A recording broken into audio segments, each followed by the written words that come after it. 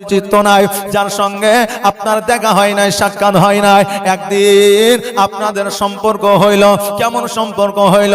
বিবাহে আবদ্ধ হবেন। এবার একটা মহিলা যখন 3 বার কবুল বলল, যেমনই কবুল বলে দেওয়া, তার 1 সেকেন্ড পরে থেকে নিজের বাপের উপরে যত মায়া ছিল তার চাইতে বেশি মায়া স্বামীর উপরে চলে আসবে।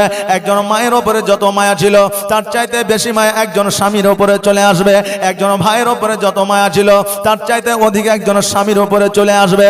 এক কথায় বংশ ছেড়ে দিয়া ওই স্বামীর ঘরে ঘর সংসার করবে। ওই স্বামীর সন্তানকে 10 মাস 10 দিন মা আপনার গর্ভে রাখবে। গর্ভে রাখার পরে প্রসব বেদনা যন্ত্রণা কষ্ট সহ্য করিয়া ওই সন্তানকে জগতের আলো দেখাবে। জগতের আলো দেখানোর পরে ওই সন্তানকে 2 বছর বুকের দুগ্ধ খাওয়াবে, দুগ্ধ পান করাইবে। দুগ্ধ পান করায়া ওই সন্তানকে লালন পালন করবে, সন্তানকে বড় করবে। শুধু এটাই নয়, আপনি যখন অসুস্থ হয়ে যাবে আপনার স্ত্রী আপনার খিদমত করবে। আপনি যখন বিছানায় পায়খানা করবে আপনার স্ত্রী আপনার পায়খানা পরিষ্কার করবে। আপনি যখন চলতে পারবেন না আপনার লাঠি ওই স্ত্রী হয়ে দাঁড়াবে।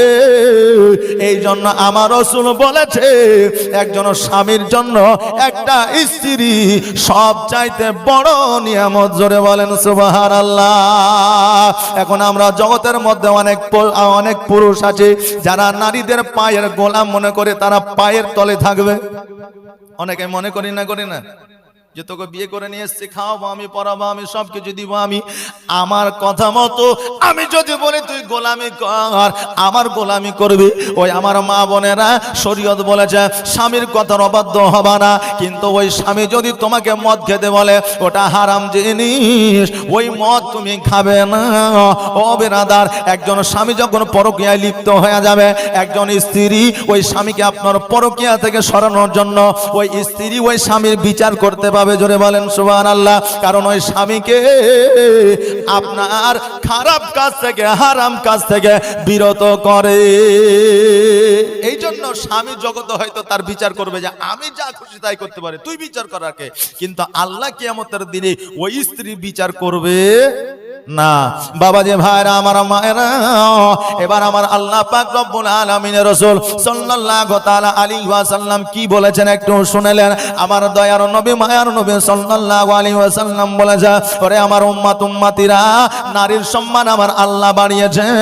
আমি যখন জগতের মধ্যে এসেছিলাম সেই সময়টা ছিল 570 হিজরি, আর সেই জামানাটা ছিল জাহেলিয়াতের যুগ। যেই জামানায় নারীদের হাটে বিক্রি করা হতো, বাজারে বিক্রি করা হতো, ভাই বোনকে বিক্রি করে দিত, স্বামী স্ত্রীকে বিক্রি করে দিত, সন্তান মাকে বিক্রি করে দিত। এখন যেমন বাজারে ছাগল বকরির হাট আছে, তখনকার জামানায় নারীদের হাট ছিল। নারীদেরকে বাজারে বিক্রয় করে দেওয়া হতো। স্বামী মারা গেলে স্বামীর সঙ্গে স্ত্রীকে জিন্দা দাফন করে দেওয়া হতো। এখান থেকে আমার দয়ার নবী মায়ার নবী সাল্লাল্লাহু আলাইহি ওয়াসাল্লাম এই কাজগুলোকে আপনার বিরত করেছে। বিরত করার পরে আমার আল্লাহর দরবারে দোয়া করেছেন, প্রার্থনা করেছেন। আমার দয়ার নবীর দোয়া আল্লাহ কবুল করেছেন।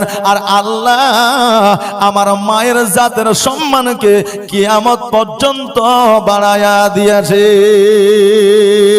ও বাবাজি ভাইরা, আমার আল্লাহ তাবারাক তাআলা বলেছেন, বান্দারে আমি নারীকে পুরুষদের শরীরের অংশের মাটি দিয়ে নারী বানিয়েছি। অনেক পুরুষ বুঝে যে আদম আলাইহিস সালামের শরীরের মাটি দিয়ে নারীকে তৈরি করেছে পুরুষদের গোলামি করার জন্য। এইরকম এক্সাম্পল উদাহরণ অনেকেই দেয় না যে দেয় এরকম উদাহরণ। বাবারা একটু কান দিয়ে শুনেলেন, আমার নবীজি সাল্লাল্লাহু আলাইহি ওয়াসাল্লাম বলেছেন নারীদের পুরুষদের মাটি থেকে, পুরুষদের শরীরের মাটি থেকে তৈরি করা হয়েছে ঠিকই, কিন্তু কোন জায়গার মাটি দিয়ে তৈরি করেছে এটা কিন্তু আমাদের অনেকের জানা নাই। আমার আল্লাহ তাবারাক তাআলা বললেন, বান্দারে আমি আদম আলাইহিস সালামের পায়ের মাটি দিয়ে যদি আমি নারী তৈরি করতাম, পুরুষদের পায়ের তলে নারীরা থাকতো। আমি পুরুষের হাতের মাটি দিয়ে যদি নারী তৈরি করতাম, পুরুষের হাতের মুষ্ঠে নারীরা থাকতো। আমি যদি মাথার মাটি দিয়ে ওই নারীকে তৈরি করতাম, নারীরা পুরুষের মাথার উপরে উঠে নাচতো। কিন্তু আমি আল্লাহ নারীদের নারীদেরকে তৈরি করেছে, পুরুষের বাম পাজরের বুকের মাটি দিয়া নারী তৈরি করেছে। এই জন্য নারীদের স্থান হলো পুরুষদের অর্থাৎ স্বামীদের বুক স্থলে হৃদয় মাঝে। জোরে বলেন সুবহানাল্লাহ। পুরুষদের স্বামীদের বুক স্থলে হৃদয় মাঝে আমার নারীদের, আমার মায়েদের বোনেদের স্থান। আর আজকে যদি আমরা মনে করি যে আমাদের পায়ে স্থান, তাহলে এটা ভুল হবে। অনেক আলেম ওলামা বক্তব্যের মাধ্যমে বলে যে পিতামাতার পায়ের তলে হচ্ছে সন্তানের জান্নাত, আর স্বামীর পায়ের তলে হচ্ছে স্ত্রীর জান্নাত। বলে কি বলে না? বলে। তাহলে কি পায়ের তলায় জান্নাত আছে? যে পায়ের তলা খুললে কি জান্নাত পাওয়া যাবে? যাবে না। একজন মাওলানা বলেছে যে স্বামীর পায়ের তলে জান্নাত। অমনি বুঝলেন একটা মা ছেলে কোলে করে নিয়ে বাড়ি চলে গেছে, যাওয়ার পরে স্বামীর পায়ের তল খুঁড়তে আরম্ভ করেছে। এখন বলছে যে হ্যাঁ রে, গ্রামে জালসা চলছে, তুই আমার পায়ের তল খুঁড়ছিস, কারণটা কি? এখন ওই স্ত্রী বলছে তুমি বেশি বকিও না, চুপ করে শুয়ে থাকো, না হলে খবর আছে।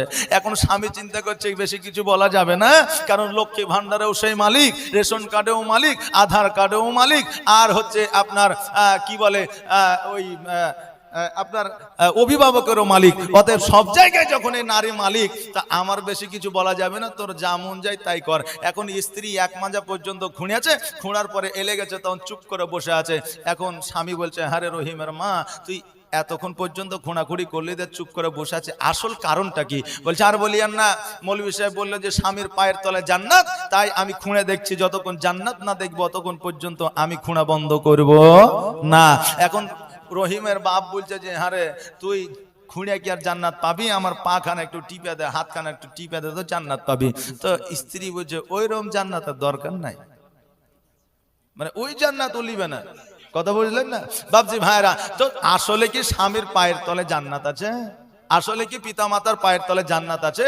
আরে পায়ের তলে তো জমিন আছে, পায়ের তলে তো চপ্পল আছে, কিন্তু এখানে একটা আপনার মানে কি বলবো, এখানে বিশেষ দ্রব্যষ্ট যে আপনার এখানে সংক্ষেপে বলা হয়েছে যে বাপ মায়ের পায়ের তলে জান্নাত। তার মানে এটা যে বাপ মায়ের খিদমত করবে, বাপ মায়ের পদতলে পড়ে থাকবে, বাপ মায়ের আদেশ শুনবে, তবেই তুমি জান্নাতের হকদার হবে। জোরে বলেন সুবহানাল্লাহ।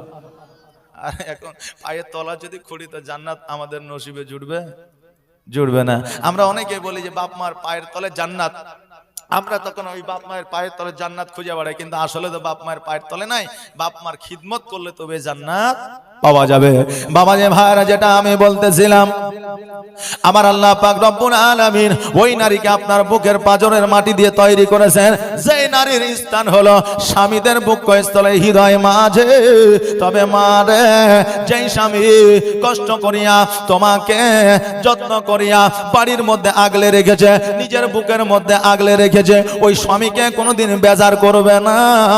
আমার রাসূল পাক সাল্লাল্লাহু তাআলা আলাইহি ওয়াসাল্লাম বলেছেন, স্ত্রীর ব্যবহারে, স্ত্রীর চরিত্রে, স্ত্রীর কথায় যদি স্বামী একটু আঘাত পেয়ে যায়, আর স্বামী যদি আঘাত পেয়ে যদি মনটা বেজার হয়ে যায়, আমার রাসূল বলেছে ওই স্ত্রী আজকে থেকে কিয়ামত পর্যন্ত ইবাদত করে করে যদি কপালে ঘটা লাগায়ালে আল্লাহর দরবারে কবুল হবে না। একজন সন্তান মাকে কষ্ট দিয়ে, বাপকে কষ্ট দিয়া যদি একবার নয়, দুইবার নয়, 70,000 বার যদি হজ করে, আমার রাসূল বলেছে ওই হজ আল্লাহর দরবারে গ্রহণযোগ্য হবে না। তবে বাবাজি ভাইরা, আমার নবী যে শিক্ষা দিয়েছে, আমরা ইসলাম ধর্মের মানুষ, আমরা পাই টু পাই ভাবে মেনে না চলতে পারলেও অনেকটা আমরা মেনে চলি। কারণ আপনাকে একটা এক্সাম্পল, উদাহরণ দিয়ে দিই। আজকে আমাদের ভারতবর্ষে অনেক আপনার হিন্দুদের আপনার বৃদ্ধাশ্রম আছে, অনেক খ্রিস্টানদের আপনার বৃদ্ধাশ্রম আছে, অনেক ইহুদিদের আপনার বৃদ্ধাশ্রম আছে, কিন্তু খোদার কসম করে বলি আজও পর্যন্ত একটা মুসলমানের বৃদ্ধাশ্রম তৈরি হয় না। কেন হবে? কারণ আমার নবী শিক্ষা দিয়ে গিয়েছে যে পিতামাতার খিদমত করো, সেবা করো। আমার আল্লাহ তো অফার দিয়ে দিয়েছে যে পিতামাতার খিদমত করলে, সেবা করলে তুমি জান্নাতের হকদার হয়ে যাবে। জোরে বলেন সুবহানাল্লাহ। বাবাজি ভাইরা, আজকে জগতের মধ্যে আমরা বাড়িতে বসে থেকে ইসলাম পেয়েছি, কারণ আমার বাপ মুসলমান ছিল তাই আমি মুসলমান, আমার দাদু মুসলমান ছিল তাই আমি মুসলমান। আজকে ইসলামের জন্য যুদ্ধে যেতে হয় না, আজকে ইসলামের জন্য জিহাদের ময়দানে যেতে হয় না, আজকে ইসলামের জন্য নিজের প্রাণকে বিলীন করে দিতে হয় না। শুধুমাত্র একটা কাজ আমাদের করতে হয়, সেটা হলো নামাজ আর রোজা। এটাই করতে পারি না। তো এখন যদি এই আমলে যদি কেউ বলে কোনো একজন ধর্মের যে মানে আহলে সুন্নাত ওয়াল জামাতের বলেন বা অন্যান্য যে কোনো আপনার জামাতের বলেন না কেন, কেউ যদি এলান দেয় যে ইসলামের জন্য শহীদ হতে হবে, যুদ্ধের ময়দানে যেতে হবে, তা আমার মনে হয় যে 100-র মধ্যে 98টা কেটে পড়বে, কারণ সেই ইমানি জাজবা তো নাই। জি, সেই ইমানি জাজবা নাই, 98টা কেটে পড়বে। তা আমাদেরকে তো যুদ্ধের ময়দানে যেতে হয় না, শহীদও হতে হয় না, এই ইসলামের জন্য আমাদের প্রাণও বিলীন করতে হয় না, শুধু নামাজ আর রোজাতে যেতে হয়। তা আমরা তো নামাজে আর রোজাই তো করি না, নামাজেও যাই না, রোজাও করি না। এই যে সম্মুখে 12 তারিখে যত সম্ভব একটা রোজা হয়ে যাবে, জি মার্চ মাসের 12 তারিখে একটা রোজা হয়ে যাবে। তবে আমি গ্যারেন্টি সহকারে বলছি না যদি চাঁদ উঠে। এখন আলেমদের আগেও দোষ, পেছনেও দোষ, সামনেও দোষ, ডাহিনেও দোষ, বাঁয়েও দোষ। এখন আমি বললাম মোবাইলে রেকর্ডিং হয়ে গেছে, এবার খোদা না করে যদি 10 তারিখে একটা রোজা বা 11 তারিখে হয়ে যায়, বলে এই মৌলবী মিথ্যাবাদী, কারণ 12 তারিখে বলেছে, গ্যারেন্টি সহকারে একটা ভুল রটনা রটিয়ে দিবে। অতএব হুঁশিয়ার সাবধান, আমি গ্যারেন্টি দিয়ে বলছি না, যত সম্ভব ক্যালেন্ডার হিসাবে বলছি 12 তারিখে একটা রোজা হতে পারে, তবে চাঁদ যদি উঠে তবেই হবে, আর চাঁদ যদি না উঠে তো হবে না। আমি ক্লিয়ার করে বলে দিলাম। তবে আমরা অনেক মুসলমান আছি যে এই রমজান মাসের রোজা রাখি না, রমজান মাসে রোজা রাখি না। এখন কোন আলেম যদি যা বলে যে ভাই রোজাটা রাখেন, কদিন আর বাঁচবেন, এই তো 2 দিনের জামানা, তো বলবে ভাই আর বলিয়েন না, আমার পেটে এত গ্যাস, রোজা রাখলেই পেট ফুলে যায়, রোজা রাখলেই পেট ফুলে যায়, অতএব রোজা রাখতে পারি না। বলে কেন?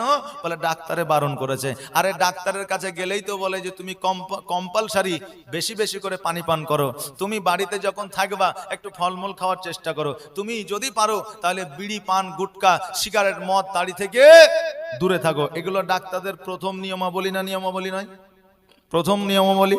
কিন্তু আমরা শুধু রোজার মাসে রোজা করি না, এটাই একমাত্র ডাক্তারের কথা শুনি, বাদ বাকি বিড়ি, পান, গুটকা, মাদক যা আছে সবই খাই। বলে আরে শুধু কি রোজাটাই করতে বারণ করেছে, আর এই পান, গুটকা, বিড়ি এগুলা খেতে বারণ করেছে, কিন্তু এগুলা চালিয়ে দিচ্ছি, কিন্তু রোজাটা করা সম্ভব হয়েছে না। জি, আমাদের বর্তমানে এই অবস্থা। আমাদের অবস্থা কেমন জানেন? আমরা ভালোবাসি ভালোবাসি শুধু মুখেই বলি, কিন্তু অন্তরে নাই। অন্তরে ভালোবাসা আমাদের নাই বাপ, কিন্তু আমরা ভালোবাসি এই কথাটা বলি। আচ্ছা মনে কিছু নিবেন না, আগের যুগে বুঝলেন আমাদের বাপজিরা ভাইরা যারা ছিল, তারা কিন্তু স্ত্রীদের আপনার খুব আদর করে যত্ন করে কথা বলতো না। এখন যে যুবক নিউ জেনারেশনের ছেলেরা যেগুলো শিখেছে, এখন স্ত্রী যদি ফোন করে তো ধরা মতো বলে হ্যালো, হ্যাঁ জানো বলো, জি হ্যাঁ সোনামণি বলো, কিন্তু আমাদের বাপজিরা কি আগে তাই বলতো? বলতো না। এখন বুঝলেন স্ত্রীদের সম্বর্ধনা দেয় খুশি করার জন্য, একবারে শুরু করে দিলে আই লাভ ইউ 2 3 4 5 6 7 8 9 10 যত যা আছে বলে দিল। জি, কিন্তু আগে এইভাবে কি স্ত্রীদের খুশি আমাদের বাপেরা করতো না? কিন্তু তখন কি মহব্বত কম ছিল? ছিল না, তখনই মহব্বত বেশি ছিল। বলবেন কেমন করে? বলে এখনকার যুবকেরা তো গোলাপ দিয়ে 14ই ফেব্রুয়ারি পালন করে, বিবাহ বার্ষিকী পালন করে, বিভিন্ন পোশাক আশাক দিয়ে স্ত্রীদের খুশি করে। তাহলে এখনকার ভালোবাসাই তো বেশি না? আগে বাপজিরাই ভালোবাসা স্ত্রীদের বেশি দিয়েছে, যার জন্য পরকীয়া কম ছিল। আর এখন যুবক যুবতীদের ভালোবাসা কম, তাই পরকীয়া বেশি। ভালোবাসা থাকলে পরকীয়া হবে? এই ভালোবাসা থাকলে পরকীয়া হবে? হবে না। আজকে ভালোবাসা নাই বলেই পরকীয়া বেশি, আগে ভালোবাসা ছিল বলেই পরকীয়া কম ছিল। এখন বলবেন যে হুজুর ভালোবাসা তো আমরা মনে করি যে খুবই আছে। আমি ছোট্ট করে একটা উদাহরণ দিই। একজনের স্ত্রী মারা গেছে, পরের দিন যাইয়া ওই স্বামী কবরে হাওয়া করছে। এখন স্বামী আর স্ত্রী রাস্তা দিয়ে চলে এসে বলছে যে হারে কালকে এই লোকটার স্ত্রী মারা গেল আর কবরে হাওয়া করছে, তাহলে ওর স্ত্রীকে কত ভালোবাসে। তো ওর স্ত্রী বলছে ওই মেয়েটা কি এমন কাজ করেছে, চলো তো একবার দেখে আসি। কারণ আমাকে তো তুমি জিন্দা হাওয়া করো না, এখন মরে গেলে হাওয়া করবে কিনা তা তো জানি না, তো কি এমন কাজ করেছে একবার জিজ্ঞাসা করে আসি, তাইলে আমিও সে কাজটা করবো। কারণ আমার মায়েরা দেখবেন একটু অন্য টাইপের, মানে একটু দেখবেন যে তারা একটু চালাকি করার চেষ্টা করে, চালাকও বটে। আমার মায়েরা আমরা মনে করি যে তাদের বুদ্ধি কম, না তারা চালাক বেশি। কেমন চালাক জানেন? এখন বর্তমানে আমার মায়েরা সিরিয়াল দেখে দেখে এত চালাক হয়েছে, যে আপনার বলার মতো নাই।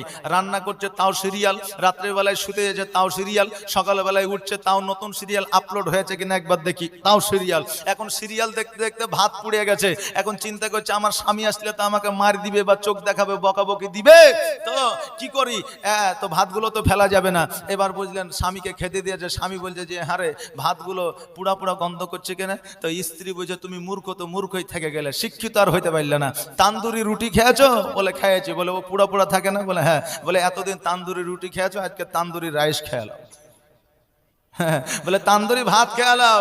এখন তাহলে বিবিরা কত চালাক হয়েছে হিসাব করেন। আসলে এই চালাকির মধ্যে একটা কারণ আছে, কি জানেন, লক্ষ্মী ভান্ডার।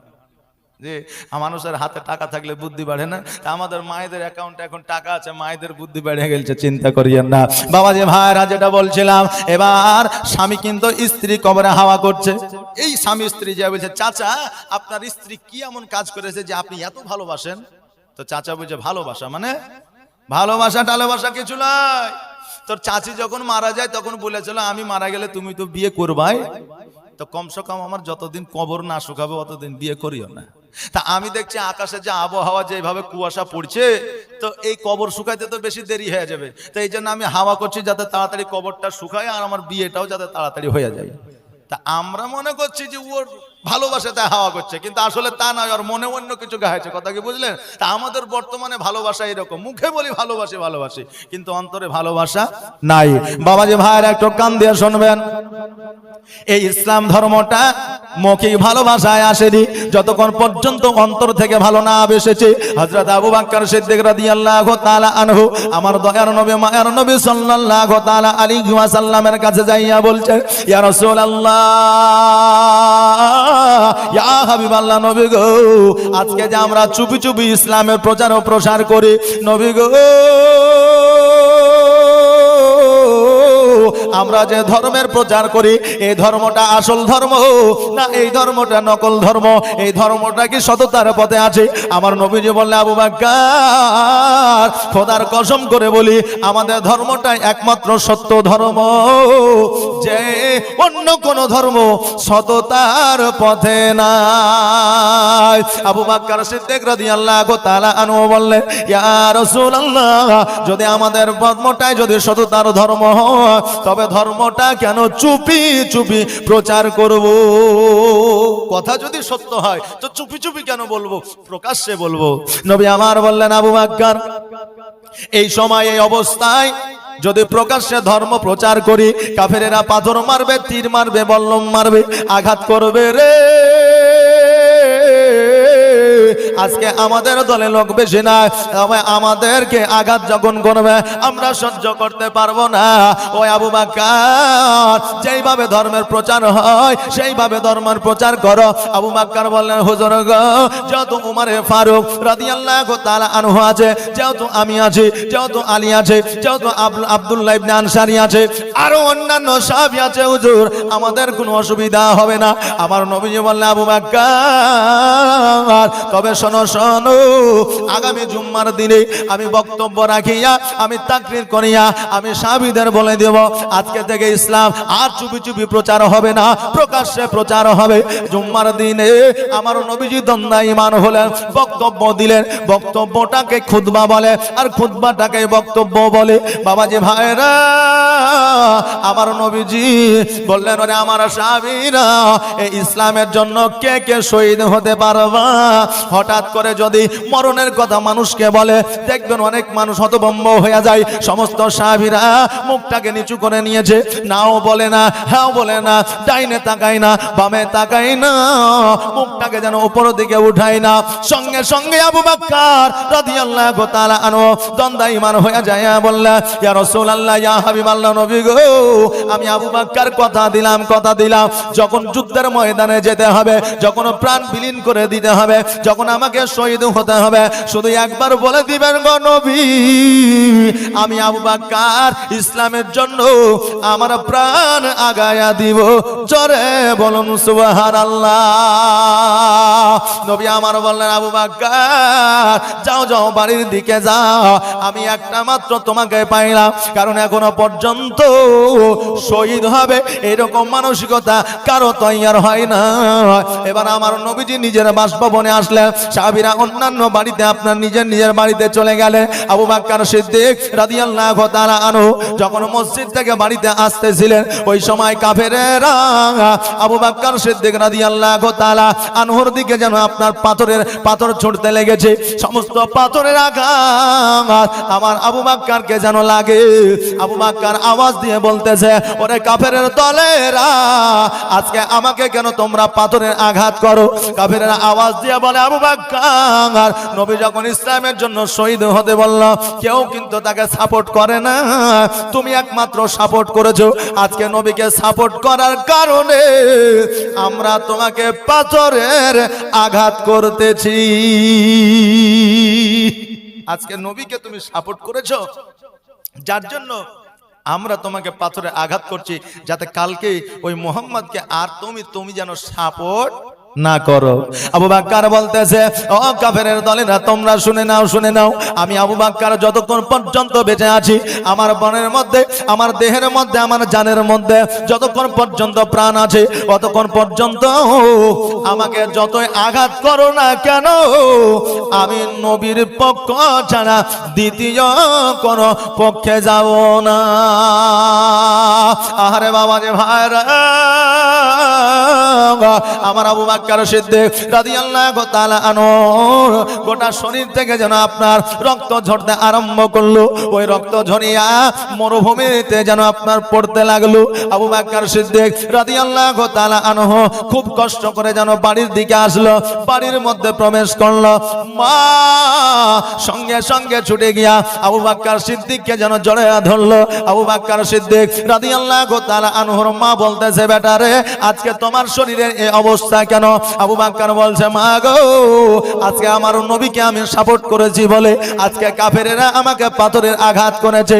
এবার আবু বকর সিদ্দিক রাদিয়াল্লাহু তাআলা আনহুর মা আবু বকরকে যেন উঠোনের উপরে বসায়া গরম পানি করে নিয়ে এসে একটা নেকড়া দিয়ে আবু বকরের শরীরটা যেন সেঁক দিতে যায়। আবু বকর বলে, মা, আজকে এই গরম পানির স্বাদ দিয়া আমার শরীরের ব্যথা দূর করতে পারবে না। মা গো, আজকে তুমি যতই মলম দাও না কেন, আমার ক্ষতবিক্ষত জায়গাগুলো সারবে না যতক্ষণ পর্যন্ত আমার নবীর কাছে না নিয়ে যাবা। মা গো, আজকে আমার শরীরে যত ব্যথা বেদনা যন্ত্রণা আছে, আমার শরীরে যত ক্ষতবিক্ষত জায়গাগুলো আছে, আমার নবীকে দেখলে আমার সমস্ত ব্যথা বেদনা যন্ত্রণা ক্ষতবিক্ষত সারা আপনার সেরে যাবে। মা, আমি সঠিকভাবে চলতে পারি না, ওগো মা, আমাকে একটু সঙ্গে করে নাও, আমি তোমার গাড়ে হাত দিয়া আমি একটু দয়ার নবী মায়ার নবীর কাছে যেতে চাই। মা বলল, বেটারে, তুমি যখন দয়ার নবী মায়ার নবীর কাছে যেতে চাও, চলো চলো, আমি তোমাকে সঙ্গে নিয়ে যাব। আমার নবীজিকে লইয়া আমার নবীজির কাছে আবু বকর যেন মাকে লইয়া হাজির হইলে। আমার নবীর কাছে যখন আবু বকর হাজির হয়েছেন, কপালে আপনার আঘাত লেগেছে, গালে আপনার আঘাত লেগেছে, আর ওই সমস্ত জায়গাগুলো যেন আপনার ফুলে গেছে। আবু বকর সিদ্দিক রাদিয়াল্লাহু তাআলা আনহু নিজের আপনার চাদর মুবারক দিয়ে যেন আপনার ওই সমস্ত জায়গাগুলো ঢাকতেছে। আজকে যখন আমাদের প্রতি আঘাত হয়, আমাদের নেতার কাছে গিয়ে আমরা সর্বপ্রথম ওই আঘাতের জায়গাগুলো দেখাই, বলে দেখেন মেরেছে, বলে না, বলে না, বলে। কিন্তু আবু বকর সমস্ত ক্ষতবিক্ষত জায়গাগুলো যেন ঢেকে নিয়েছে।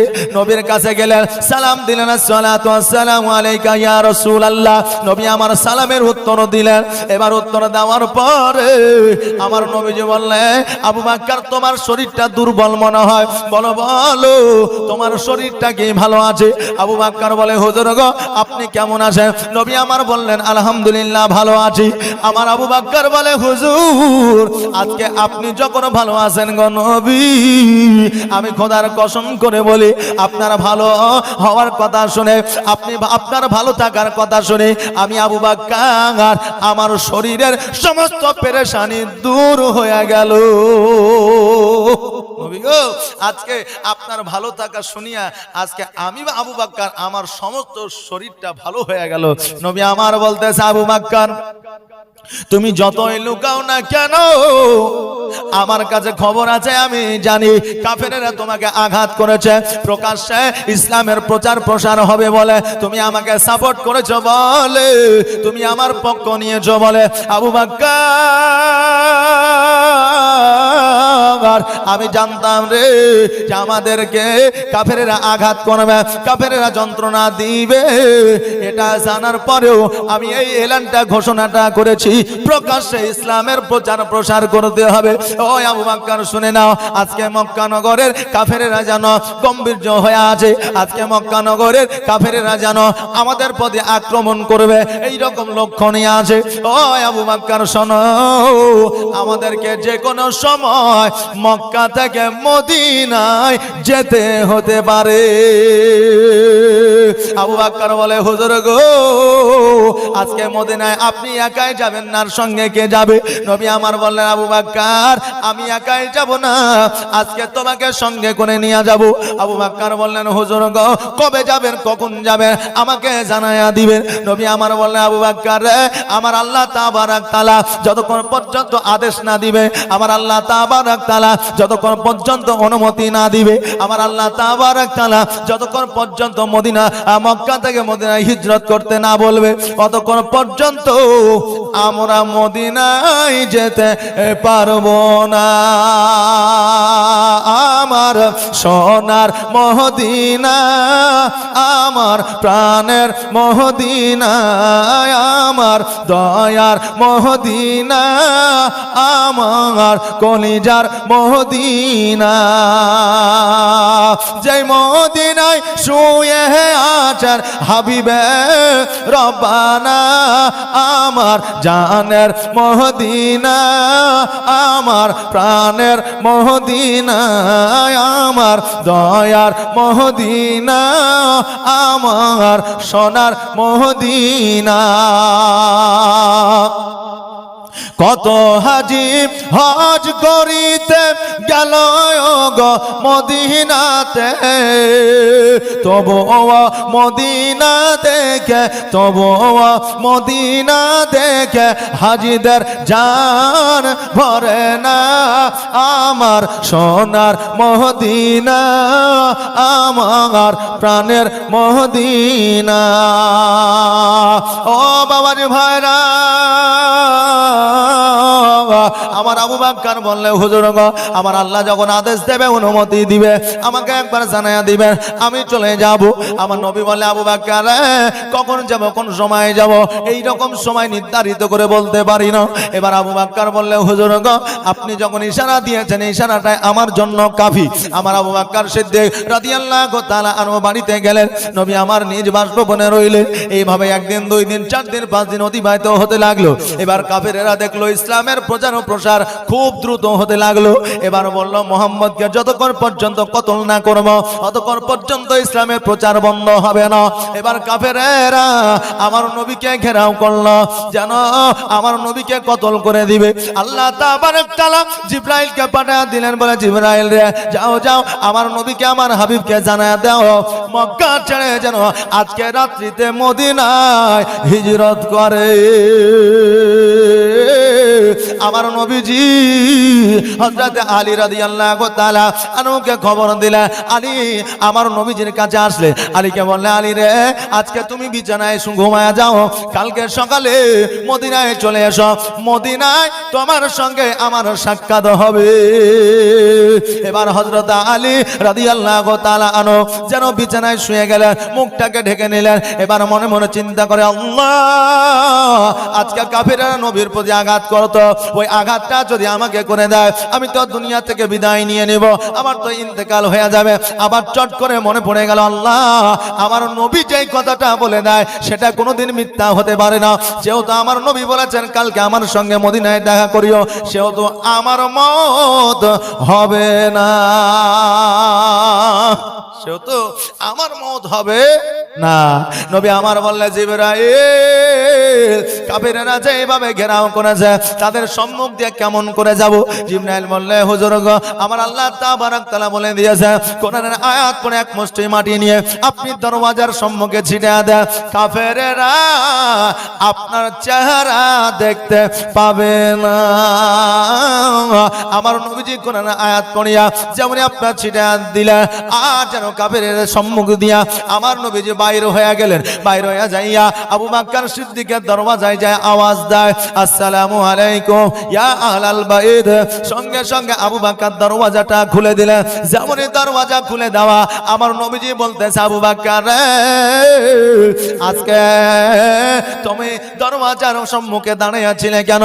আমি তোমার দরওয়াজায় আওয়াজ দেওয়া মাত্র তুমি বাইরে হয়ে আসলা। এখন তো মধ্যরাত্রি, এখন তো ঘুমন্ত অবস্থায় থাকা দরকার, তুমি কি গলির কাছে ছিলা? আবু বকর বলে হুজুর গো আজকে নয়, কালকে নয়, পরশু নয়, আপনি যেই দিন থেকে বলেছেন আজকে 40 দিন পরিপূর্ণ হয়েছে। নবী গো আপনি কোনো সময় দেননি, টাইম দেননি, এই জন্য আমি আবু বকর আজকে 40 দিন ধরে আমি দরওয়াজার সম্মুখে সর্বদাই দাঁড়িয়ে থাকতাম, কারণ আমার নবী কখন আসবে আর আমাকে মদিনায় যাওয়ার জন্য বলবে। আর নবী যদি আমাকে না পায়, আমার যদি সাড়া না পায়, কাফেররা হয়তো আমার নবীকে আক্রমণ করবে। আমি আবু বকর কিয়ামতের দিন জবাব দিতে পারবো না।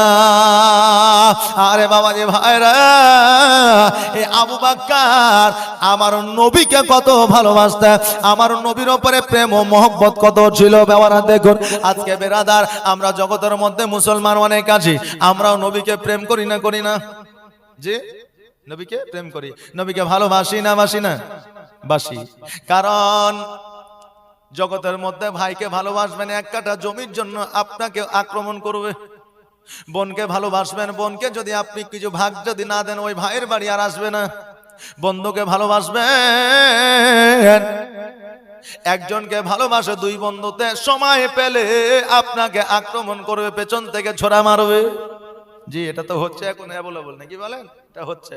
কিন্তু কবির ভাষায় বলছে আজকে জগতের মানুষকে তুমি ভালোবাসা দিবে, তোমাকে ব্যবহার করবে, আর আমার নবীকে ভালোবাসবে, দুনিয়াতেও পাবে আখিরাতেও পাবে। জোরে বলেন সুবহানাল্লাহ। এই জন্য কই বলছেন ভালো যদি বাঁচতে হয় নবীকে বাসো, জান যদি দিতে হয় নবীকে দিও। জোরে বলেন সুবহানাল্লাহ। আমরাও নবীকে ভালোবাসি, নবীকে প্যার করি, কথা ঠিক না বল? ভালোবাসি তো, ভালোবাসে। 5টা ভাই আমার 1000 করে 5000 নবীর ঘর মাদ্রাসার জন্য দিতে পারবেন? এরকম 5টা ভাই আমার আছেন?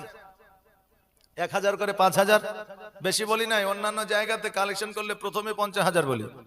জি কিন্তু এই যে মাহফিল হিসাবে এই যুব কমিটির বা যারা কমিটি আছে তাদের চিন্তাধারা যে মাদ্রাসাটাকে আমরা বড় করব। জি এই মাদ্রাসাটা বড় করব, এর উন্নতি করব। তো এই টাকাগুলো আপনি কোনো কমিটিকে দিচ্ছেন না, এই টাকাগুলো আপনি কোনো জায়গায় ফেলে দিচ্ছেন না, এই টাকাগুলো নবীর ঘর মাদ্রাসায় দিচ্ছেন। আজকে নবীর ঘর মাদ্রাসা যদি আপনারা বানাতে পারেন, ওই নবীর ঘর মাদ্রাসায় যত সন্তানরা আলিফ শুধু আলিফ পড়ে, তো কিয়ামত পর্যন্ত সাদকায়ে জারিয়া হিসেবে আপনারা নেকি পেতে থাকবেন। জোরে বলেন সুবহানাল্লাহ। তাই 5টা বাপ আমার 1000 করে, একটু তাড়াতাড়ি করে নিয়ে আসেন তো, 5টা বাপ আমার 1000 করে। আর আমি মায়েদের বলবো মারে আজকে তোমরা 7টা মায় আমার 500 টাকা করে যদি দাও, তাহলে তোমাদেরকে একটা জিনিস আমি বলে দিয়ে যাব, যে জিনিসটা হলো আজকাল মায়েরা নাইটি পরে শাড়ি পরে নামাজ পড়ে কনফিউজ হয়ে যাচ্ছে যে আমাদের নাইটি পরে আর শাড়ি পরে নামাজ হচ্ছে কিনা। তো এটা আমি বলে দিয়ে যাব, নাইটি পরে শাড়ি পরে নামাজ হবে কিনা। বেশি নয় 7টা মায় আমার 500 টাকা করে দিবে। আইনুদ্দিন আহমেদ, সুবহানাল্লাহ, নারে তাকবীর। আইনুদ্দিন, আইনুদ্দিন, এই দেখেন আইনুদ্দিন আহমেদ 1000 টাকা দান করেছেন। আল্লাহ যেন দানকে কবুল করে, যে আশায় যে নিয়তে করেছে দান, আর দানকে কবুল করো। ওগো রহমান, যোগ্য বাপের যোগ্য সন্তান এখানেতে ছিল, আর ছিল কিনা ছিল, এই দেখো দানে বোঝা গেল। বাপজি আর 4টা ভাই আমার একটু তাড়াতাড়ি আসেন তো। আর 4টা ভাই, এই মায়েদের দিকে কমিটি করা আছে নাকি? মায়েদের দিকে আছে? একটা মায়েদেরকে পাঠাও, মায়েরা দিবে।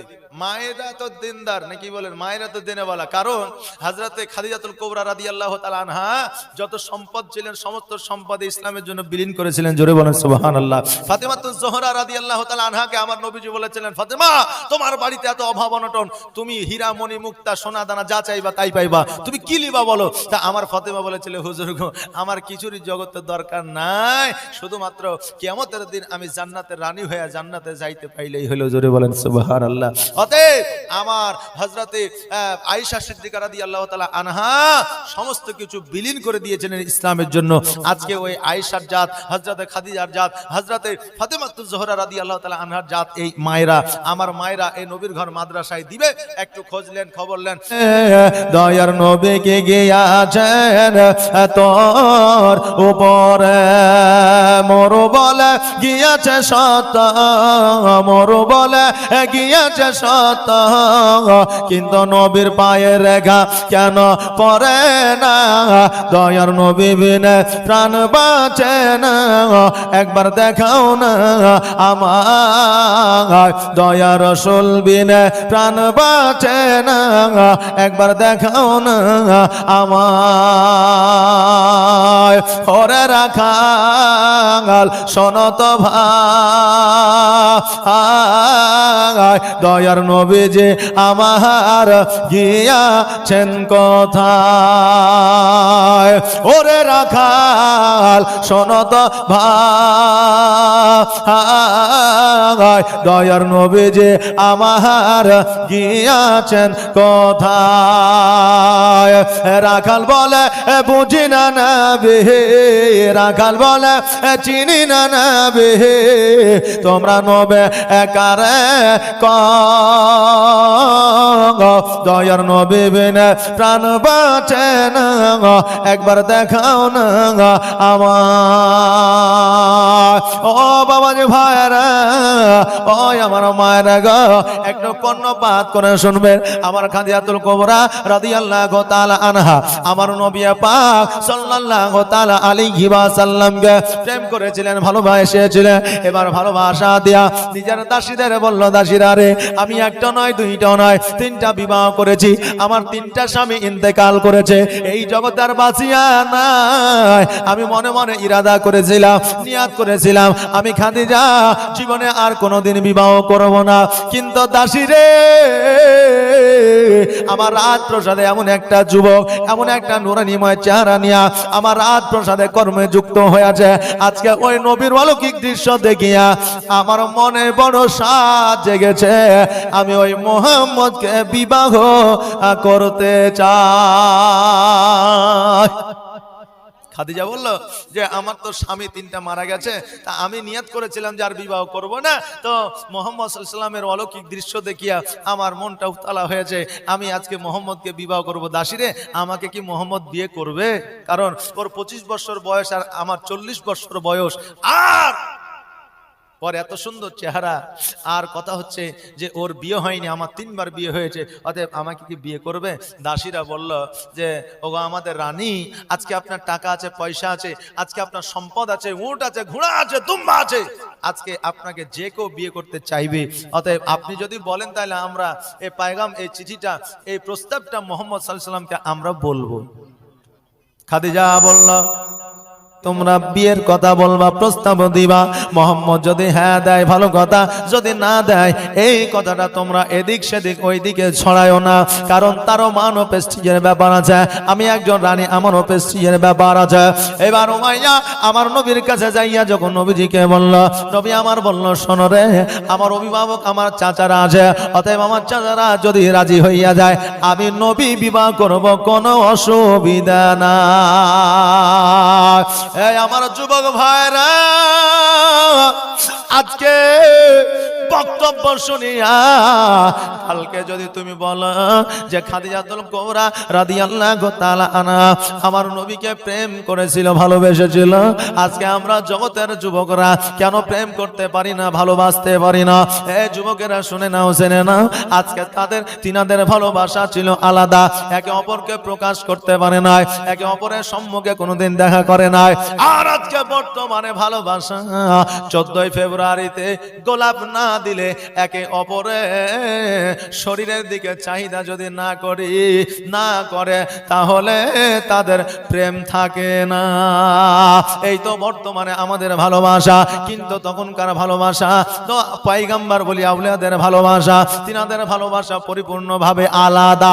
অনেক ইতিহাস শুনেছে, হযরত ইউসুফ আলাইহিস সালাম জুলাইখার সঙ্গে প্রেম করেছেন, এইরকম ইতিহাস শুনেছেন, এদের মতো প্রেম করেন। এবার এই উদাহরণটা, এই এক্সাম্পলটা আপনাদের কাছে দিলাম। এবার আপনারা বলবেন হুজুর আমরা তো ইউসুফ আলাইহিস সালামের জীবনী শুনেছি, ইউসুফ আলাইহিস সালাম জীবনে কোনোদিন জুলেখাকে ভালোবাসেনি, জুলেখা একতরফা ইউসুফ আলাইহিস সালামকে ভালোবেসেছিল। এর জন্য সূরা ইউসুফ একটা আল্লাহ কোরআনের মধ্যে নাজিল করে দিয়েছে। এই কোরআনের সূরাটা বাংলা যখন পড়বেন, এর মানে মর্তবা, এর সমস্ত কিছু ওই জায়গায় আপনি পেয়ে যাবে। তবে বাবাজি ভাইরা, জুলেখার সঙ্গে ইউসুফ আলাইহিস সালামের বিবাহ হয়েছিল কিনা এটা কিন্তু কোনো হাদিস বা কোনো দলিল কোনো কোরআনে নাই, কিন্তু অনেক মুফাসসিরগণ বর্ণনা করেছেন, অনেক ইজমাতে বলেছে হযরতে জুলেখা পরক্ষণে তার স্বামী আজিজ যখন ইন্তেকাল করেছিল, তওবা করেছিল, ইস্তেগফার পড়েছিল, পরবর্তীতে ইউসুফ আলাইহিস সালামের সঙ্গে জুলেখার বিবাহ হয়েছিল। আর তাদের বিবাহ হওয়ার পরে দুইটা সন্তান জন্ম নিয়েছিল। এটা মুফাসসিরগণ বলে, কিন্তু কোন কোরআন ও হাদিসে প্রমাণ পাওয়া যায়নি। তবে বাবাজি ভাইরা, ভালোবাসেন আল্লাহর সৃষ্টিকে ভালোবাসবেন, কিন্তু তার মধ্যে শরীয়তের কোন বাইরে যেন না হয়ে যায়। নবী আমার বললেন, ওরে উমাইয়া, আমার চাচারা আছে, আমার চাচাকে বলো।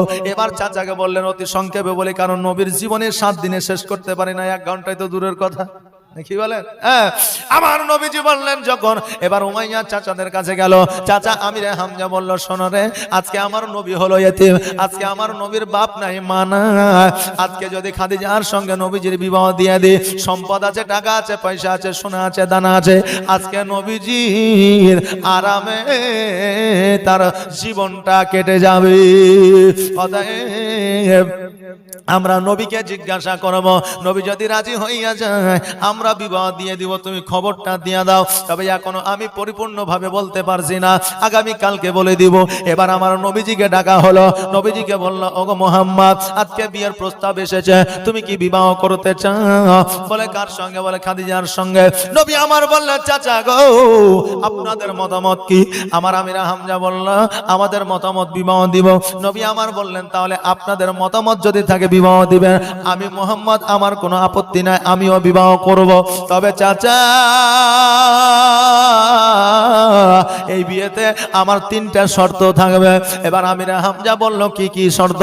বলে প্রথম শর্ত হলো, তার যত জমি আছে, জায়গা, চট্টলিকা আছে, বাড়ি ঘর আছে, সোনাদানা, হীরামণি, মুক্তা, ঘোড়া, উট যা আছে, সমস্ত কিছু গরিব মিসকিনদের মধ্যে বিলি বন্টন করে দিতে হবে। জোরে বলেন সুবহানাল্লাহ।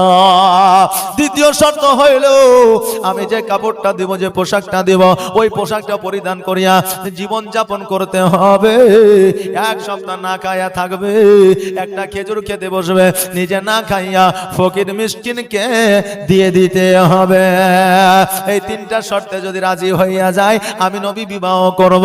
আমির হামজা বলল, ভাতিজা, তুমি বিয়ে করবা না, এটা তুমি ডাইরেক্ট বলো। কেন তুমি ইনডাইরেক্ট বলো? কারণ একজন রানী তার সম্পদ দান করতে পারে না, একজন রানী না খেয়ে 1 সপ্তাহ কাটাতে পারে না, একজন রানী যার কাপড়ের কোনো অভাব নাই, কোন পোশাকটা কখন পরবে সে নিজেও জানে না। অতএব একটা কাপড়ে জীবন যাপন করবে, এটা কোনোদিনও সম্ভব নয়। ভাতিজা, তুমি যেটা বলছো সেটা সম্ভব নয়। নবী আমার বললেন, চাচা গো, একবার খাদিজাকে গিয়ে তো জানো সে কি বলতে চাই। বলে, খ্যাপা, আমি খাদিজাকে বলবো আর ও রেগে গিয়ে আমাকে জেলখানায় বন্দি করে দেবে, এটা চাও? খবরদার, আমি এই কথা বলতে যেতে পারবো না। 1 দিন পার হয়ে গেল, 2 দিন পার হয়ে গেল। খাদিজা দাসীকে ডাকে বলে, আরে দাসী, আমিরা হামজার যে খবর পৌঁছানোর কথা ছিল, এখনো পর্যন্ত খবর তো পৌঁছালো না, আমিরা হামজাকে ডাকো। আমিরা হামজাকে ডাকা হলো। আমিরা হামজাকে ডাক দিয়ে বলে, চাচা গো, খবর তো কিছু পাইলাম না। আমিরা হামজা বলল, আমার ভাতিজা বিবাহ করবে না। যেমন এই কথা বলা, আমার খাদিজাতুল কুবরা রাদিয়াল্লাহু তাআলা আনহা অজর নয়নে 2 চোখের পানি ছেড়ে দিয়ে কান্দে। এবার আমিরা হামজা দেখলো যখন খাদিজা কান্দে, আহারে, খাদিজা খাদিজাকে ডাক দিয়া বলে, ও খাদিজা, ও গো আমাদের বাদশাহিনী, আমার ভাতিজা ডাইরেক্ট বিবাহ করব না এ কথা বলেনি, তবে তিনটা শর্ত দিয়েছে। খাদিজাতুল কুবরা রাদিয়াল্লাহু তাআলা আনহা বললেন, চাচা গো কি শর্ত, তাড়াতাড়ি করে বলে। চাচা বলল, প্রথম শর্ত তোমার সম্পদ দান করে দিতে হবে, দ্বিতীয় শর্ত হলো একটা কাপড়ে জীবন যাপন করতে হবে, তৃতীয় শর্ত হইল এক সপ্তাহ না খেয়ে থাকলে একটা খেজুর খেতে বসলে ফকির আসলে দিয়ে দিতে হবে। খাদিজা রাদিয়াল্লাহু তাআলা আনহা বললে, চাচা গো এই তিনটা শর্ত তো দূরের কথা, নবী যদি আমার কলিজা চাইতো আমি খাদিজা কলিজা দিয়ে দিতাম, দ্বিধা বোধ করতাম না। জোরে বলুন সুবহানাল্লাহ। আল্লাহর নবী নূরের নবী গো, আপনি নবী আমার আজীবনের জীবন, আপনি আমার জীবন সাথী, অন্ধকার কবরের বাতি, আপনি আমার জীবন সাথী, অন্ধকার কবরের বাতি, আপনি নবী আমার নির্জনের একজন। আল্লাহর নবী নূরের নবী গো, আপনি নবী আমার আজীবনের জীবন। আর দেখে আপনার মহজেজা, ভাগবতী হয় খাদিজা, সপে দিল নবী আজীবন আর মরণ। আল্লাহর নবী নূরের নবী গো, আপনি নবী আমার আজীবনের জীবন। ও বাবাজি ভাইরা, আমার খাদিজা বললেন আমি এই তিনটা শর্তে রাজি। নবী আমার এই তিনটা শর্ত তো দূরের কথা, আমার প্রাণ চাইলে আমি খাদিজা হাসি মুখে দিয়ে দিতাম। চাচা গো আমি তিনটা শর্তে রাজি হইয়া গেলাম। বাবাজি ভাইরা, আমি হামজা খুশি মনে আসিয়া নবীকে আমার বললেন, নবীজি আমার অ্যাকসেপ্ট করলেন এবং বিবাহে রাজি হইয়া গেলেন। সেই আমলে আমার নবীজি 70টা উট মোহরানা দিয়ে খাদিজাকে বিবাহ করেছিলেন। জোরে বলুন সুবহানাল্লাহ। কি না মামলুকা, এই দেখেন সদকুড়া 500 টাকা দান করেছে, আল্লাহ যেন দানকে কবুল করে। আরেকজন 20 টাকা দান করেছে, আল্লাহ যেন দানকে কবুল করেন। আমাদের দিল্লি থেকে কালেকশন দিয়েছে, জি 1000 2000 5000 পর্যন্ত দিয়েছে। হ্যাঁ, ওদের নামে একটু দোয়া করতে হবে। দোয়া হবে ইনশাআল্লাহ, ইনশাআল্লাহ দোয়া হবে, একটু পরে হবে। হ্যাঁ, একটু এগুলা মায়েরা দিয়েছে নাকি? হ্যাঁ, বা এই পাতা থেকে এই পাতা পর্যন্ত। সুবহানাল্লাহ, সুবহানাল্লাহ। এই দেখেন 30টা মায় আমার 500 টাকা করে দিয়েছে, মানে কোরআন শরীফের হাদিয়া। হ্যাঁ, এই দেখেন সিমেন্টও দিয়েছে। হ্যাঁ, তারপরে কোরআনের হাদিয়াও দিয়েছে। তা আমি বলছিলাম যে এই 28টা হয়েছে, আর 2টা দিয়ে 30টা পুজিল না, আর 2টা দিয়ে 30টা পুজে গেলে তো হইতো নাকি? হ্যাঁ, নামগুলো বলে দিন। জান্নাতুন বেগম সদুগুড়া, জান্নাতুন বেগম সদগুড়া 500 টাকা, মজবুরা খাতুন 500 টাকা, সিংতর লিপি 500 টাকা, লতিফা 500 টাকা, ইসমতারা বেগম 500 টাকা, জাসমিন পারভিন 500 টাকা, জাসমিন পারভিন 500 টাকা সদুকুড়া, কোহিনুর বেগম 1 বস্তা সিমেন্ট, কোহিনুর বেগম 1 বস্তা সিমেন্ট, তারপরে কফিলা বেগম 500 টাকা সিংতর, সালেমা খাতুন 100 টাকা, রশিদা খাতুন 500 টাকা সিংতর, সাকসেনা পারভিন 1টি সিমেন্ট বস্তা, নাহিট গুলনেহার বেগম 500 টাকা সদকুড়া, সুলতানা রাজিয়া 2টি সিমেন্টের প্যাকেট, জি বেনামি 200 টাকা সদুকুড়া, বেনামে 200 টাকা সদকুড়া, 300 টাকা সদুকুড়া, নূরজাহান 1টি সিমেন্ট, জি ঢাকঢোল, মামলুকা 500 টাকা, গুলনেহার 500 টাকা,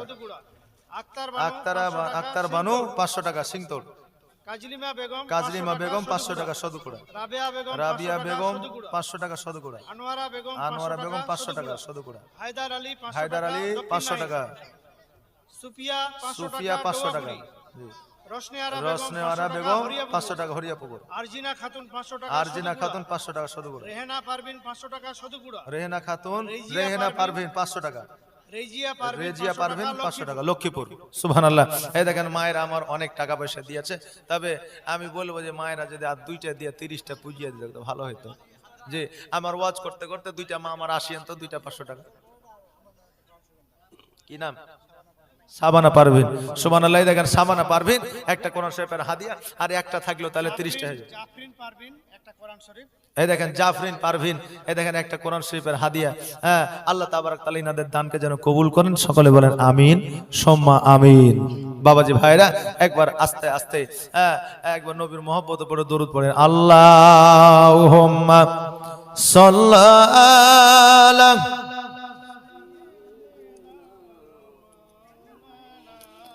মুহাম্মাদ ওয়া আলা আলিহি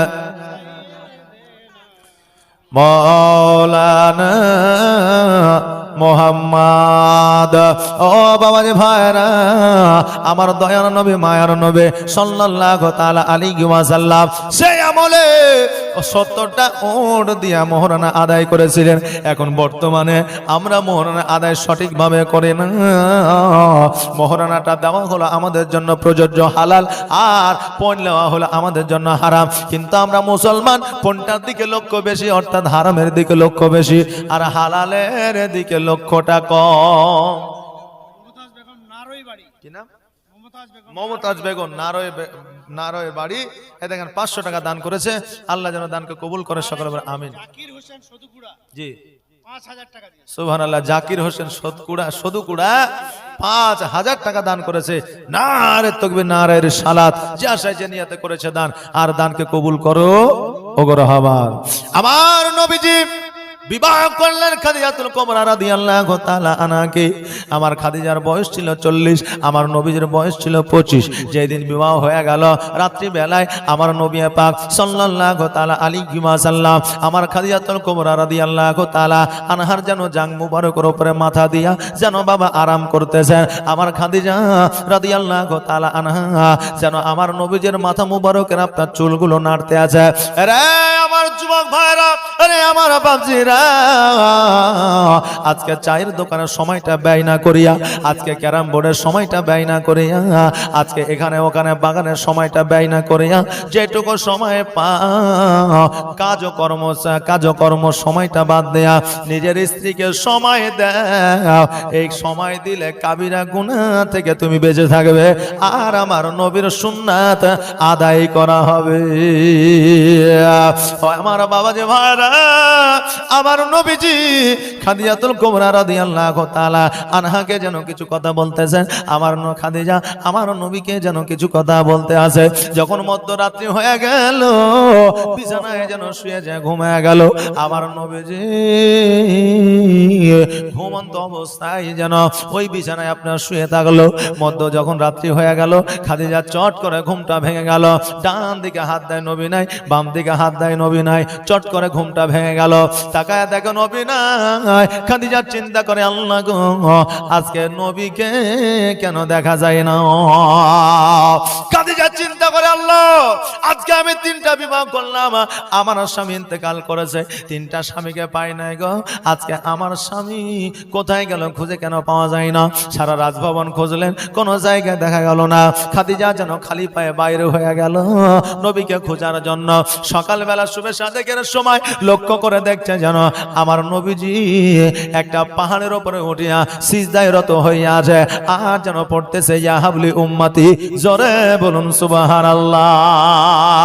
খাদিজা নবীর কাছে যাবে, পাহাড়ে উঠতে পারে না, কেননা পাহাড়ে তো রাস্তা নাই, সিঁড়ি নাই, কেমন করে যাবে। হামাগুড়ি দিয়ে পাহাড়ে উঠেছে। খাদিজার পায়ের হাঁটুটা যেন ক্ষত বিক্ষত হয়ে গেছে, হাতের কহিনাটা যেন ক্ষত বিক্ষত হয়ে গেছে। আমার খাদিজাতুল কুবরা রাদিয়াল্লাহু তাআলা আনহা নবীজির কাছে গেল। আমার নবীজি যখন জানতে পারলেন, বুঝতে পারলেন খাদিজা এসেছে, সেজদা থেকে মাথাটা উঠায় বলে, খাদিজা আজকে তুমি পাহাড়ে কেন এসেছ? খাদিজা বলে, হুজুর গো, স্বামী যদি বিছানায় বিছানায় না থাকে এমন কোন বিবি আছে যে ওই বিবি আরামের ঘুম ঘুমাবে? নবী আমার বললেন খাদিজা রে, আজকে থেকে বললাম তুমি জীবনে আমাকে খোঁজার জন্য বাইরে হবে না। নবী আমার শিক্ষা দিয়ে দিলেন, খাদিজাকে বলে দিলেন খাদিজা নবীজিকে খোঁজার জন্য আর চায়ের দোকানে যায় না, দেশ বিদেশে যায় না, কোনো জায়গায় যায় না। আর আজকে আমাদের বাপজিরা যদি চায়ের দোকানে বসে থাকে আর যদি ক্যারম বোর্ডের আড্ডায় থাকে, বাড়িতে শাসন করে না, ওই চায়ের দোকানে অনেক সময় পাসলি লিয়া হাজির হয়ে যায়। কিছুদিন আগে শুনলেন না বাংলাদেশে স্বামী বুঝলেন চায়ের দোকানে বেশিক্ষণ সময় ধরে আছে, এই দিকে বিবি এখন বড় হাসে বা পাসলি লিয়ে যে হাজির হয়ে গেছে, বলে বারহা চায়ের দোকান থেকে। যে মায়েরা, স্বামী যদি বাইরে থাকে, চায়ের দোকানে থাকে, তোমার প্রয়োজনে যদি না যাই, স্বামী যখন বাড়ি আসবে, স্বামীকে বাড়িতে আসিয়া ওই স্বামীকে তুমি বুঝায়া বলো। কারণ হলো মারে, স্ত্রীরা যখন রাগ করে স্বামীদের আলতা দিতে হয়, ফিতে দিতে হয়, শাড়ি দিতে হয়, তারপরে তাদের রাগ ভাঙে। কিন্তু একজন পুরুষ যখন রাগ করে, স্ত্রী যদি মিচকি হাসি দিয়া স্বামীর সঙ্গে কথা বলে, ওই স্বামীর রাগ ওই স্ত্রীর মিচকি হাসিতেই কমে যায়।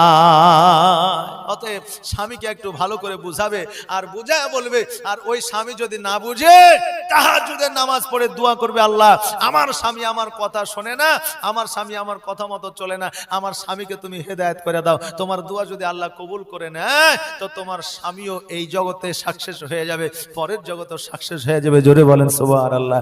আর এখন মায়েরা বুঝলেন মৌলবীর কাছে আর এর কাছে ওর কাছে হাজির হয়ে যায়, বলে একটা তাবিজ করে দেন তো, যাতে আমার স্বামীকে যা বলবো তাই যাতে শুনে, যে যা বলবো তাই যাতে শুনে একটা তাবিজ করে দেন। আচ্ছা বলেন, ওই তাবিজে কি কাজ হবে?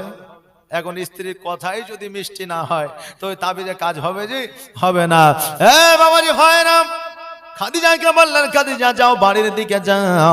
আমার খাদিজাতুল কুবরা রাদিয়াল্লাহু তাআলা আনহা সঙ্গে সঙ্গে দন্দাইমান হলেন। দন্দাইমান যেমনই হলেন অমনি যেন বাবা আহ করে উঠলেন, কারণ ক্ষতবিক্ষত জায়গাগুলোতে আঘাত পেয়েছে। নবী আমার বললেন খাদিজা তুমি কেন শব্দ করলে, কারণটা কি? খাদিজা বললেন ইয়া রাসূলুল্লাহ, পাহাড়ে হামাগুড়ি দিয়ে উঠেছে, হাঁটুগুলা কইনাগুলো ক্ষতবিক্ষত হয়ে গেছে, ওই জায়গাগুলোতে আঘাত লেগেছে। নবী আমার বললেন কোন জায়গায় দেখি? খাদিজা বলতেছে খোদার কসম করে বলি, ওই ক্ষতবিক্ষত জায়গাগুলোতে আমার নবীজি থুতু মুবারক লাগিয়ে দিলে। আর যেমনই থুতু মুবারক লাগায় দেওয়া, ওই জায়গাগুলোতে ব্যথা তো দূরের কথা, ক্ষতবিক্ষতর দাগ পর্যন্ত ছিল না। ও মাঝি পাল তুলে দে, আর হেলা করিস না, ছেড়ে দে নৌকা মাঝি যাব মদিনা,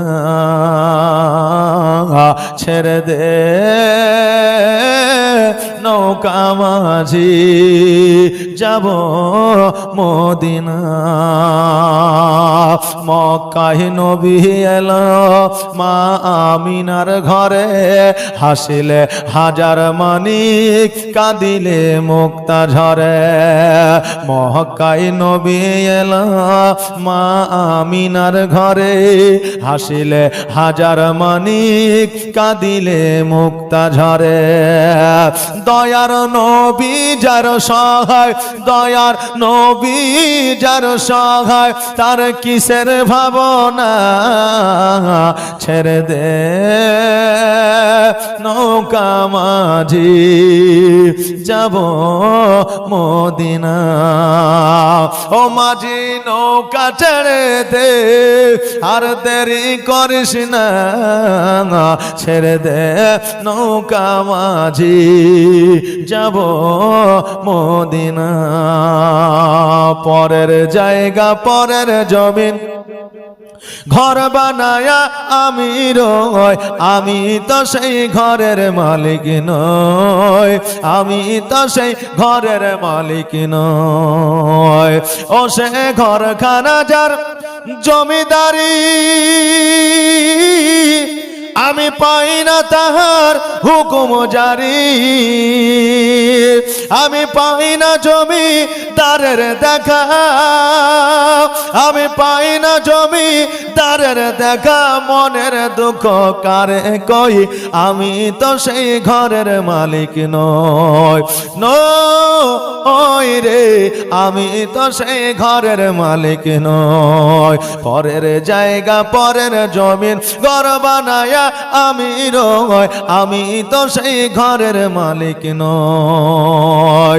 জমিদারের ইচ্ছা মতো হয় রে জমি চাষ, তাই তো ফসল ফলে না রে দুঃখ 12 মাস, হায় হায় দুঃখ 12 মাস।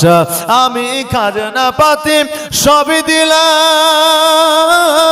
তবু জমিন আমার হয় যে নিলাম, আমি পাই না জমি দারের দেখা, আমি পাই না জমি দারের দেখা, মনের দুঃখ কারে কই, আমি তো সেই ঘরের মালিক নই। পরের জায়গা পরের জমি ঘর বানায়া আমি রই, আমি তো সেই ঘরের মালিক নই, আমি তো সেই ঘরের মালিক নই। তোমার স্মৃতি আজ বারে বারে কেন যে পড়ছে মনে,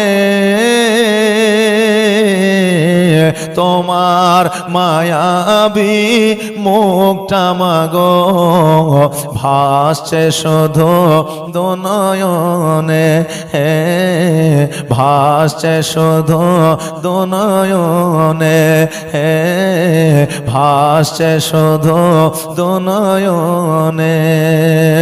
মা ও মা, ফিরে কি আর আসবে না, দেখা কি আর হবে না। আদর সোহাগার ভালোবাসায় ভরিয়ে দিতে মাগো তুমি আমায়, আজ তুমি কোথায় হারিয়ে গেলে, আজ তুমি কোথায় হারিয়ে গেলে, একবারও কি আমায় পড়ে না মনে, তোমার স্মৃতি আজ বারে বারে কেন যে পড়ছে মনে, তোমার মায়াবী মুখটা মাগো ভাসছে শুধু দুনয়নে, ভাসছে শুধু দুনয়নে। মা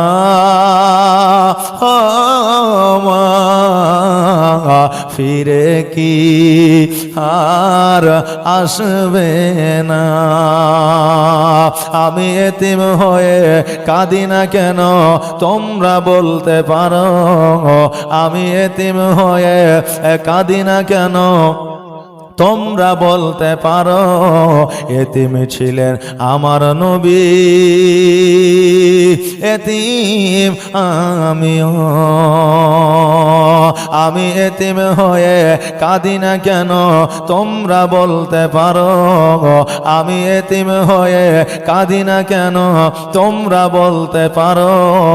এতিম ছিলেন আমার নবী, এতিম আমিও, এতিম ছিলেন আমার নবী, এতিম আমিও।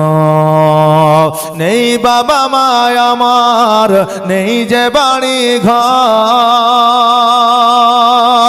নেই বাবা মা আমার, নেই যে বাড়ি ঘর, আর আমার মতো কপাল পড়া নেই তো ভবে আর, তবু মনে নিয়ে সান্ত্বনা, তবু মনে নিয়ে যন্ত্রণা কাটাই দিন রাত। এতিম ছিলেন আমার নবী হযরত মুহাম্মদ, এতিম ছিলেন আমার নবী হযরত মুহাম্মদ। আমি এতিম হয়ে কাঁদি না কেন তোমরা বলতে পারো, আমি এতিম হয়ে কাঁদি না কেন তোমরা বলতে পারো। এতিম ছিলেন আমার নবী, এতিম আমিও। জামানা দিবানা ও গো মা আমিনা, তোমার লালের নাই তুলনা। মা গো তোমার লালের নাই তুলনা, মা গো তোমার লালের নাই তুলনা। আর মেঘ মাথায় ছায়া করে রোদ না লাগে গায়, আর গরম মর পায়ের তলায় শীতল হয়ে যায়, মাগো শীতল হয়ে যায়। নূরানি বদনে হাওয়া চলে সনসনে, নূরানি বদনে হাওয়া চলে সনসনে, খেজুর পাতায় হিলায় সব ডানা। মাগো তোমার লালের নাই তুলনা। জামানা দিবানা ও গো মা আমিনা, তোমার লালের নাই তুলনা। মাগো তোমার লালের নাই তুলনা। আর রাত পোহালো দিন ভোরালো, আর তো সময় না,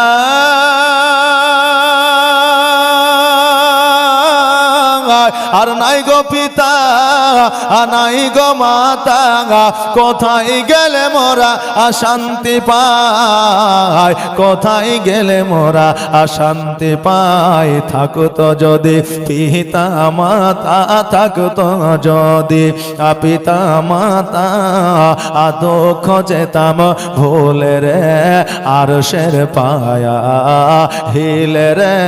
রাস্তার ধারে এতিম বাচ্চা কেন বসে কান্দে রে আরশের পায়া হিলে রে। আর এতিম বাচ্চা বসে বসে কেন হয় আজ কান্দিয়া যায়। আর খোদা তাআলা ডেকে তামাম ফারেশতাদের তাই তো কয়, ফারেশতাদের তাই তো কয়, তাড়াতাড়ি করে তোমরা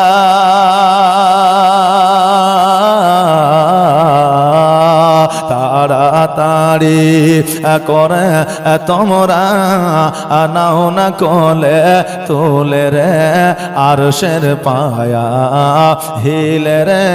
রাস্তার ধারে এতিম বাচ্চা কেন বসে কান্দে রে আরশের পায়া হিলে রে। আমার সোনার মদিনা, প্রাণের মদিনা, দয়ার মদিনা, সব ভুলিব কিন্তু তোমায় ভুলতে পারি না। এখন মানুষ বলছে কি ব্যাপার রে, মৌলবি যে 20 মিনিট ধরে ইয়াই করছে। হ্যাঁ, মানে আমার কাছে এত চিঠি আসছে যে শুধু বলছে গজাল বলেন, তা আমি বলছি গজাল শুনবি, দেবে শুন কথা শুনবি। হ্যাঁ, ওয়াজ বাদ দিয়ে শুধু গজালের নোটিশ, তো গজাল মায়েরাকে শুনিয়ে দিই 20 মিনিট। গজালের কারখানা বুঝলেন, গজাল বলতে লাগলে গজাল একটা করে কলি যদি শুনাইতে 1 ঘন্টা 2 ঘন্টা কোনো ব্যাপারই না জি। তবে আপনারা হয়তো যে গজাল শুনাইতে বলবেন হয়তো ওইটা পারবো না, কেন